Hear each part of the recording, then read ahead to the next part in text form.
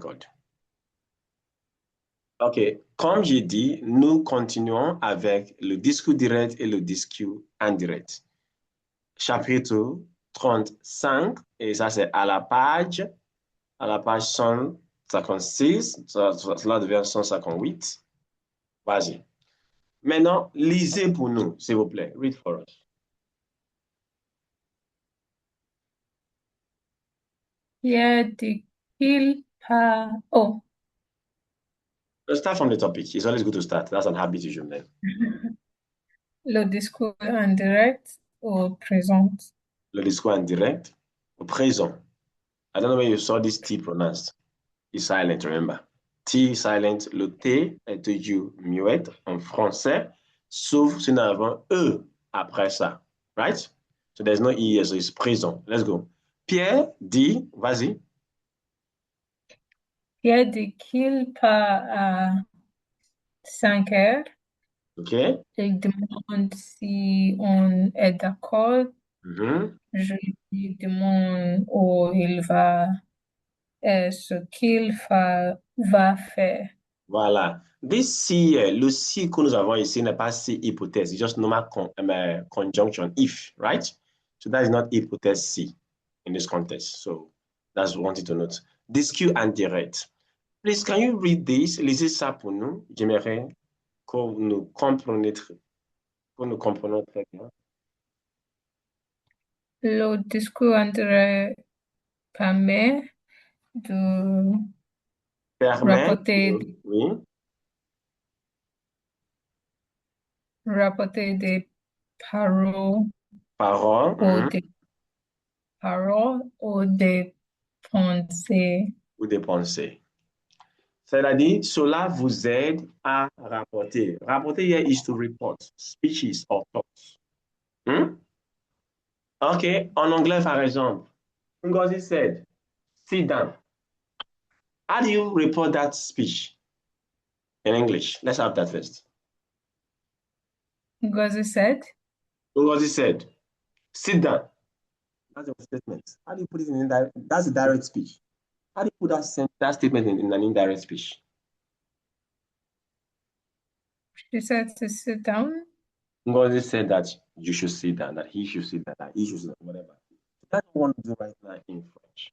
Discours direct, discours indirect. We're going to look at them. The direct speech and what? The indirect speech. Discours direct et discours indirect en français. D'abord, nous avons ce qu'on appelle affirmation. You want to affirm what somebody said. Number two is question simple. You want to rephrase somebody's question. Aha. Number three, I want to say question avec interrogatif. Interrogative question. Là, c'est question simple. Yes or no questions. Quand nous avons appris comment poser des questions en français, on a déjà touché les deux aspects. On learned how to ask questions in French. Look at the two aspects. Am I right? We looked at questions that demand yes or no answer. Right? And then questions that demand specific answer, when we use what we call les mots d'interrogation. Les mots d'interrogation, cela veut dire adjectif interrogatif, pronom interrogatif, et puis l'adverbe interrogatif. Ce sont les mots d'interrogation avec lesquels on peut tirer des réponses d'une façon claire et précise.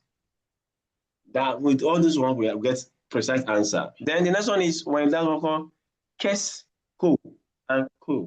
That's the 14th. Number 5, I'm going to say is what we call l'impératif. Let's look at imperative. How do you put speeches in a direct sentence in this order in the indirect sentence, in indirect speech? Let's start with affirmation. That is to affirm what somebody said. Please read this for us and read the other side. Let's go. Paul dit, il pleut. Il pleut. Paul said, it's raining. Okay? Paul dit qu'il pleut. Paul said that it is raining. What we do here is just add que, and you affirm what the person is saying. You get it now? You are repeating what the person is saying, you are affirming it. Paul said that it is raining. Paul dit qu'il pleut. Look at the next one. Il pense, c'est dommage. It thinks it's a pity. It thinks that it's a pity. Il pense que c'est dommage. So, or we use Yes. que. We use basically que to affirm what the person said. Because a direct speech is separated from the main word. Can you see that now? With those colons. We call it deux points en français. Avec les deux points là. Maintenant, passons aux questions simples. Lisez cela pour nous. Lisez.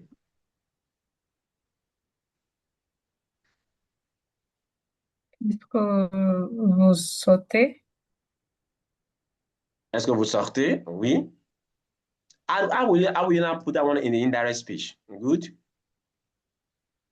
Il demande si vous sautez. Il demande si vous sortez. Elle demande si vous sortez. So we now bring this il demande because it's a question the person is asking. So the person is asking if you are going at. Si, donc we use si in this context.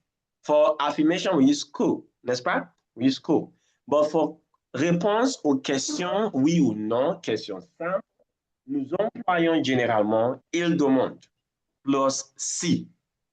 Take note of this si. It's very important here for yes or no question. It's asking if you are going at. Go for the second sentence, please. Il fait froid. Il fait froid. It's the question. Oui ou non, n'est-ce pas? Ça, c'est la réponse. Vas-y, discours indirect. Il demande s'il fait froid.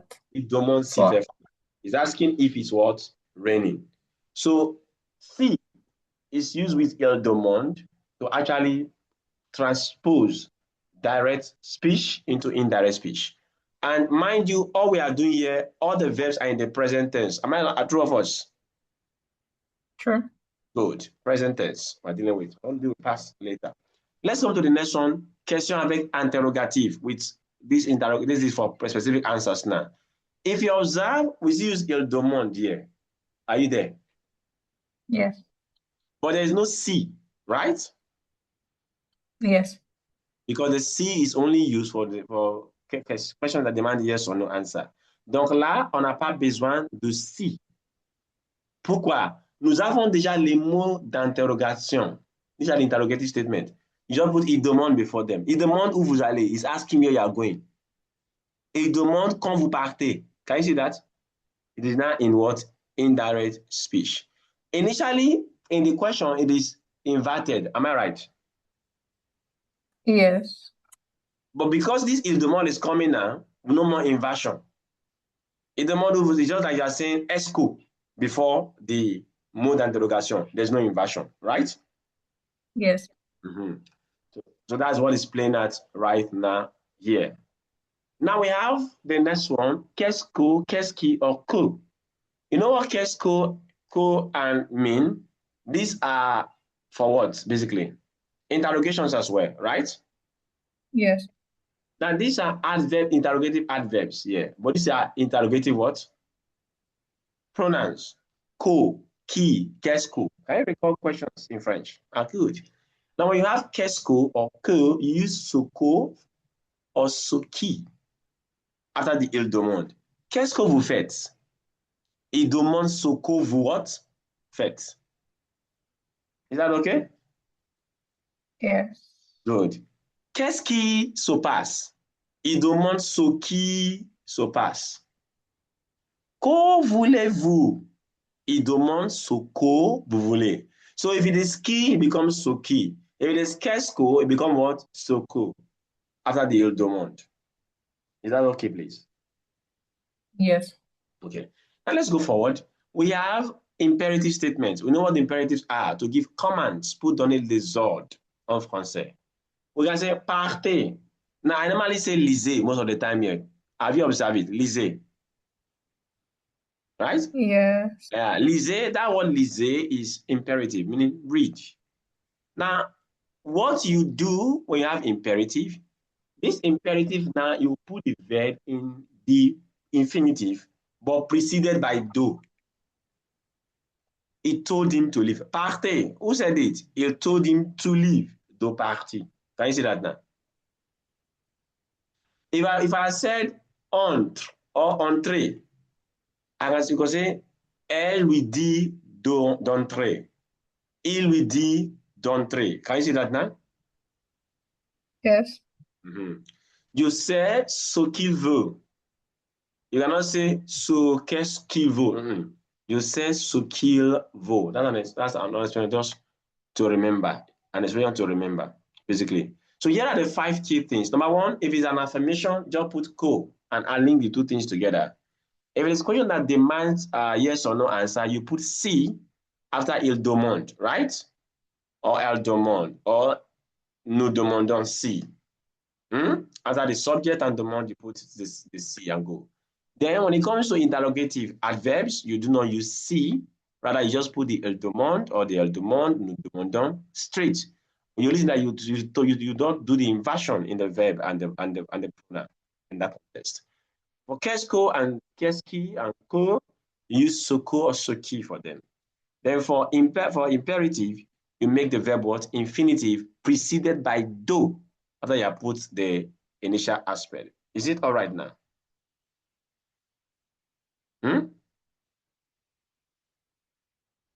Hello? Feedback? Oh, yes. Okay, I needed the feedback. Following. All right, so you're welcome. So that is basically the key things to note. The basic key things to note. Key things to note. As far as putting sentences in the discours indirect is concerned. Now, there are verbs that help a lot in this part of pattern of expression. You have verbs like dire, like il dit. We have used il demande, right? Répondre, Yeah. affirmer, déclarer. These are verbs that are used. L'accuse affirme qu'il est innocent. L'accusé affirme. The accused affirm that he is innocent. Le juge déclare qu'il est coupable. The judge declared that he is guilty. Is guilty. So these are verbs that we use a lot in the indirect speeches: dire, demander, répondre, affirmer, déclarer. So those kinds of verbs. All right, so let's not gloss over it. You are going to do question 1 for me. I will give you a few minutes to do it now. Do this question for me. Let me give you 8:50. I'll be back, 7 minutes. Okay? So while you're on that, I'm going to pause the recording now. Okay. Zoom it. OK, maintenant nous faisons l'exercice sur le discours direct au présent, indirect au présent. Je suis en retard pour mon rendez-vous. Je pars tout de suite. J'emporte les dossiers. Que dit André à son ami? Right? They want you to complete the sentence. Il lui dit qu'il est en retard. That's it. Je suis en retard. En retard à son rendez-vous. Qu'il what? Pas de Part suite tout de suite et et qu'il qu'il emporte les emporte dossiers. les dossiers. Et qu'il emporte les dossiers. That's beautiful. That's correct. Number 2. Allô, Sophie, c'est Charlie. Tu es libre pour le déjeuner? Qu'est-ce que tu fais cet après-midi? Que demande Charlie à Sophie? What was your answer?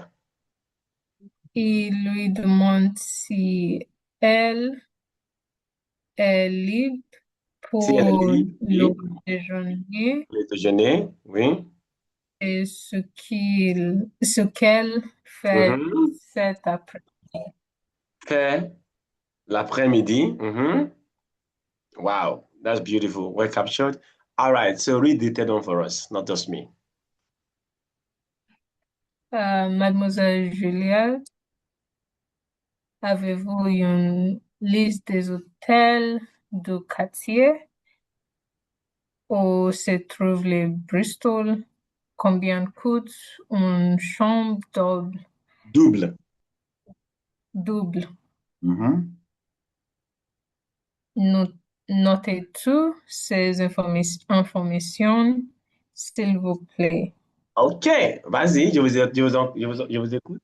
Donne-moi la réponse que vous avez fait. Que demande le directeur à sa secrétaire? Secrétaire, secrétaire, voilà, secrétaire. Secrétaire. Mhm. D'abord? Il lui demande si elle a une liste des hôtels du quartier OK. où se trouve le Bristol, combien coûte une chambre double. Et il lui demande de noter Whoa! toutes ces informations. I was ready for that. J'attends toujours cela. Il lui dit de noter toutes ces informations. Whoa, whoa, whoa. That was beautifully done. That was beautifully, beautifully done. Ça, c'est au niveau de ce qu'on appelle le discours indirect présent. Comme j'ai dit, on va passer juste une heure de temps pour discuter ensemble.